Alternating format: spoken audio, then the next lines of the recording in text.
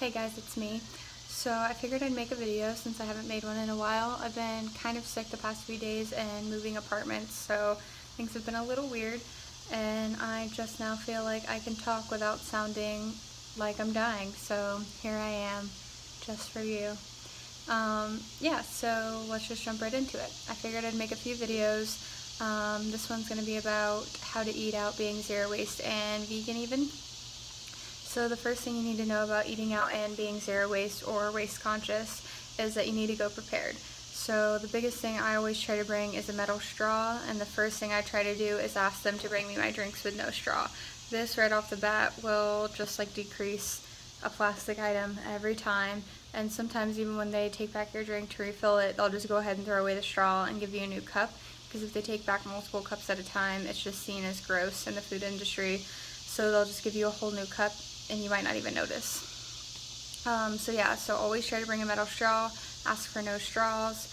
If they have reusable coasters, that's one thing, but if you see that they're putting down napkins, just go ahead and ask them if you cannot put down a napkin. Sometimes people are weird about this, but if you explain why you're concerned, or not concerned, but why you're trying to not use the napkin, most times people are going to be intrigued and think that it's a positive thing instead of a negative thing. It just depends on how you go about presenting why you don't want to use these things.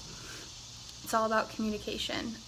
So when I go and I ask for people to put my food in a to-go container that I bring, I don't, I try not to get snippy with them or to assume that they're dumb if they don't know what I'm talking about. You just have to explain it to them and, not insult their products or not insult anything that they're doing, because, they want their customers to be happy and you want them to be, prospering the business. If you're going there to eat, you want them to stay in business, so you just have to communicate it in a way that you're not being disrespectful or rude. And I always try to bring a container with me if I have leftovers or something, or even if I have a mason jar, I always try to bring something that I can put leftovers in. I have this little pocket knife that has a spoon, a fork, and a knife on it. I got it from a store in Gainesville. I think it's called Oak and Days. Oak and Days, D-A-Z-E. I don't recommend going there. It's kind of like a weird place. It's cool, but it's not a place that I would be continually proud to put money into, if that makes sense. If you look it up, I'm sure you'll understand what I'm talking about. I just don't want to be that disrespectful, but it's not like a local shop or anything like that. It seemed like that to me at first, but it definitely isn't. I don't even know if they're still around, but I got it from there, and it's like a Swiss Army knife, but it has a fork and a spoon and a knife on it. I'm sure you can find it at a camping store, which would be the same thing as going to that place, in my opinion. But yeah, I try to find things at local stores, even if it's not handmade there or anything. If I'm supporting local stores, I feel better about it. It's not always the easiest thing to do. It's not always the most time-saving thing to do. It is what I like to try to do. And that fork, spoon, and knife combo has definitely helped me out so much, and everybody loves it. Everybody asks me about it. Even if they're making fun of me in the back of their head, it sparks conversation, and it sparks a conversation about why I'm doing what I'm doing, which then confronts people with why aren't they more concerned about the environment. Even if I'm not asking them that question, that's always going to be a subconscious undertone of the conversation in their mind is, why am I not doing this? So that's another positive thing about being zero waste, is that even when you're not trying to put it in someone's face, they're always going to constantly be asking themselves, even if it's subconsciously, why don't I do that? Why haven't I thought of that? Or, why shouldn't I be doing that? Or can I do that? It's just going to bring about more positive change.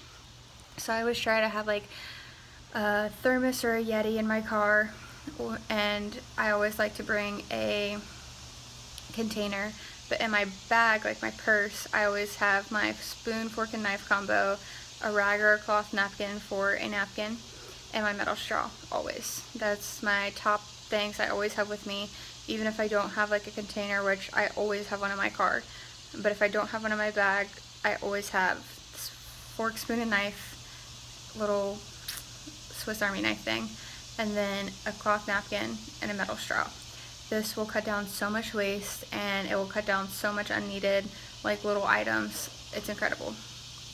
And then from there on out, I would just suggest like always bringing a thermos or something in your car and the to-go container, and you will seriously save so much by doing this. It is crazy. And it also sparks interest in people. It just looks better. I don't know, you know, when you're taking like styrofoam and you're using like paper napkins, it just looks really trashy. It just looks like, I don't know if it's just something that you start like seeing and noticing when you go zero waste or you're more conscious about your waste, but like using these nasty like paper napkins and like just throwing them away with all these like gross finger whatever the frick, it's gross.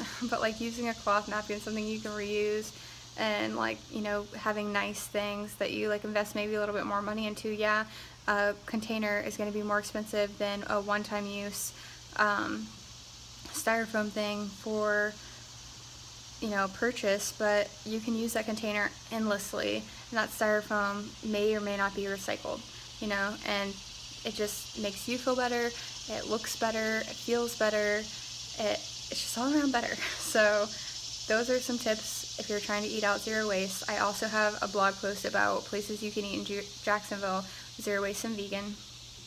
Eating vegan is just, you know, making sure that you know the right questions to ask. A lot of places in Jacksonville now have vegan menus. A lot of places have vegan menus or vegan options. They have it labeled on the menu as vegan, gluten-free, stuff like that. So it's just about knowing, you know, what products to make sure aren't in the food, and, you know, just be able to communicate in a positive, non-aggressive way for these people who are working there to not look at you as an inconvenience and want to help you out and want to go look and double check and make sure things are vegan or, you know, whatever you're looking for. So it's all about communication. The way you present it is going to make people feel either negative or positive about what you're doing, and you always want to be able to present yourself as positive change.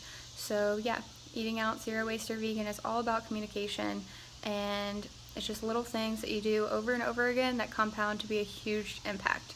So yeah, if you would like to read more about different places in Jacksonville, or how I ask people about taking to-go food zero waste, my blog is going to be in the box below. The link is below, and my Instagram is also down there as well. And if you would give this video a like and subscribe and hit the bell button for a notification on my next video, I would greatly appreciate it.